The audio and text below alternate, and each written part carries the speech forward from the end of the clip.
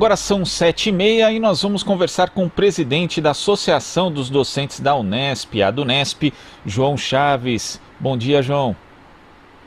Bom dia, Glauco. Bom dia, Marilu. Uma grande honra estar participando com vocês desse programa. A satisfação é nossa. João, o presidente Jair Bolsonaro editou uma medida provisória, a MP 979, que permite ao Ministério da Educação intervir na escolha de reitores, vice-reitores de universidades federais, institutos federais e também no Colégio Dom Pedro II de forma temporária. Como é que você viu essa MP que já causou tanta reação na comunidade acadêmica e também entre os parlamentares, João? Bem, essa MP, essa medida do governo, nada mais é do que mais uma na lógica inaugurada por ele quando assumiu o poder, né?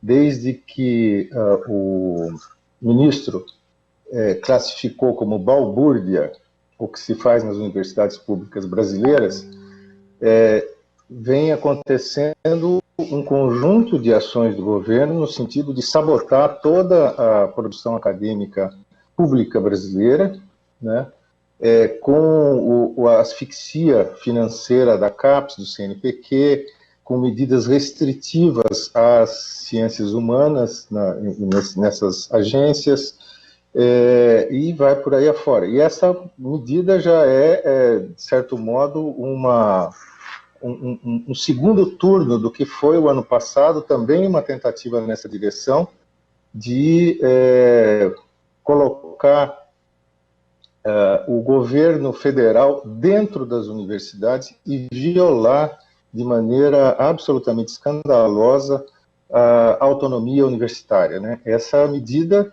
ela faz com que o ministro, né, que é uma pessoa digamos assim, próxima dos terraplanistas e que tais, né, que vai definir quem serão os reitores das universidades federais, e isso atinge hoje, por um levantamento preliminar, coisa da ordem de 17 universidades federais, né, e vai atribuir a essa pessoa que foi nomeada pelo ministro a responsabilidade também, o poder também de nomear diretores de unidades e assim por diante. Ou seja, nós estamos numa situação que chega a ser mais até autoritária, mais danosa para a universidade, né, do que as ASI, as assessorias de segurança institucional, que foram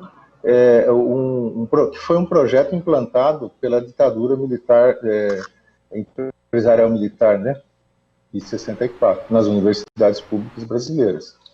Então, na verdade, não se nomeia alguém para ficar no gabinete, ao lado do gabinete do reitor, para dizer o que pode e o que não pode. Ele nomeia-se direto alguém, como reitor, que vai fazer aquilo que o governo federal impõe que seja feito, né? Agora, como você lembrou, João, não é a primeira vez que o governo Bolsonaro tenta atacar a autonomia das universidades federais, né? Esses são ataques reiterados. Sim, e outra coisa que é interessante é assim, em que pese todo o viés genocida das políticas que estão sendo postas em prática pelo governo federal em tempos de pandemia do Covid-19, né, uma justificativa dessa medida que eventualmente seria para resguardar as pessoas que estão em isolamento social por conta do processo eleitoral e tudo mais, né?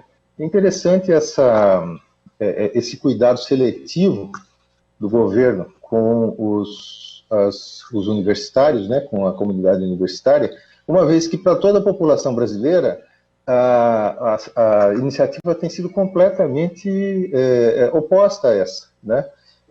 O governo não tem dado as condições para que a esmagadora maioria da população brasileira possa ficar em isolamento social e, com isso, impedir que se alastre, né, o contágio do Covid-19.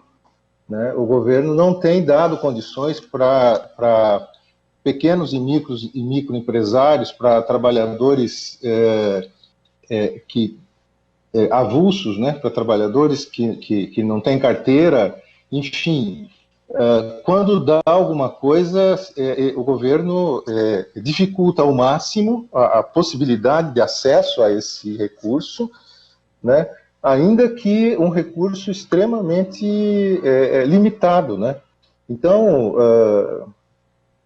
parece muito difícil acreditar nas razões do governo para isso, para fazer uma medida provisória desse naipe.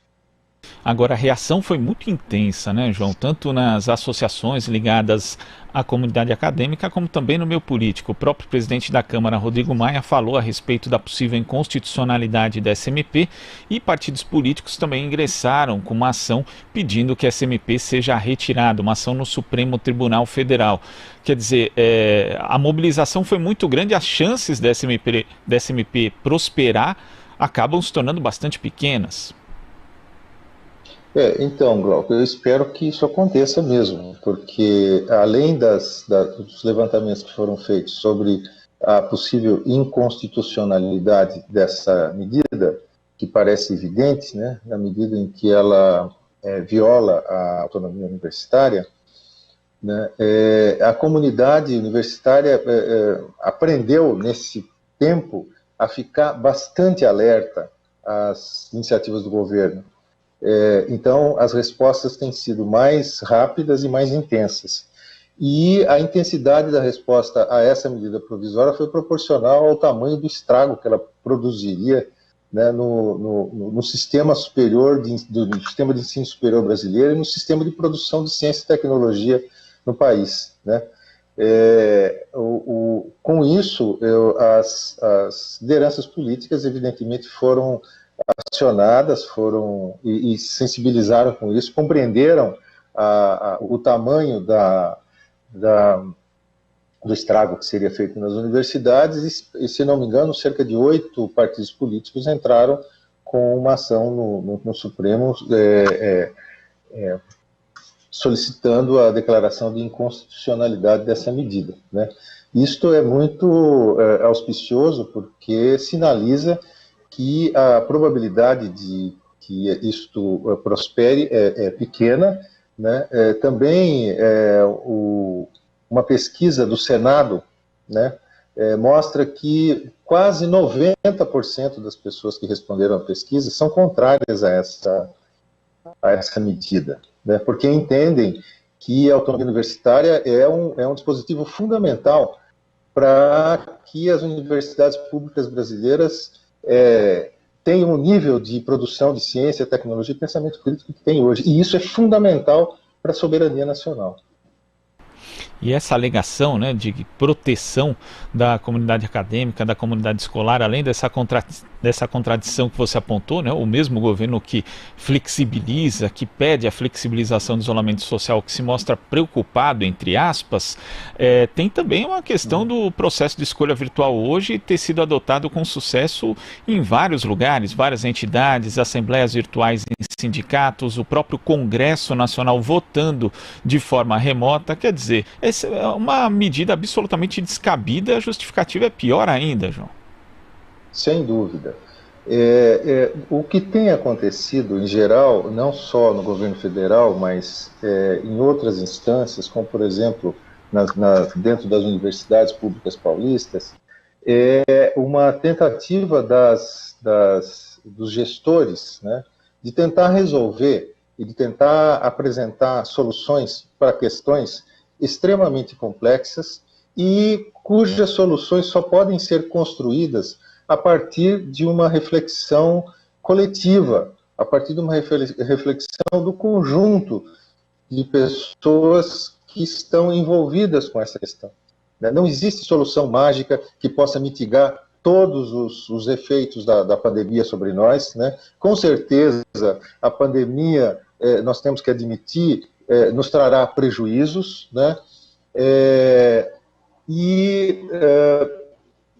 O que se tem, ao que parece, o que tem presidido a reflexão dessas pessoas que têm decidido de maneira monocrática é um pouco a falsa dicotomia entre a contenção do alastramento do coronavírus, ou do Covid-19, e a abertura da economia. Quer dizer, não há uma dicotomia entre essas coisas, né? Se for flexibilizado o isolamento social de maneira inadequada, terá que ser feito de novo uma quarentena. Então, não há oposição entre o funcionamento da economia e o combate do coronavírus e o controle da pandemia, né? Quanto mais eficaz for o controle da pandemia, mais rapidamente se poderá voltar às atividades econômicas, não é? Então, essa falsa dicotomia acaba trazendo questões muito importantes que colocam em risco a vida das pessoas, né?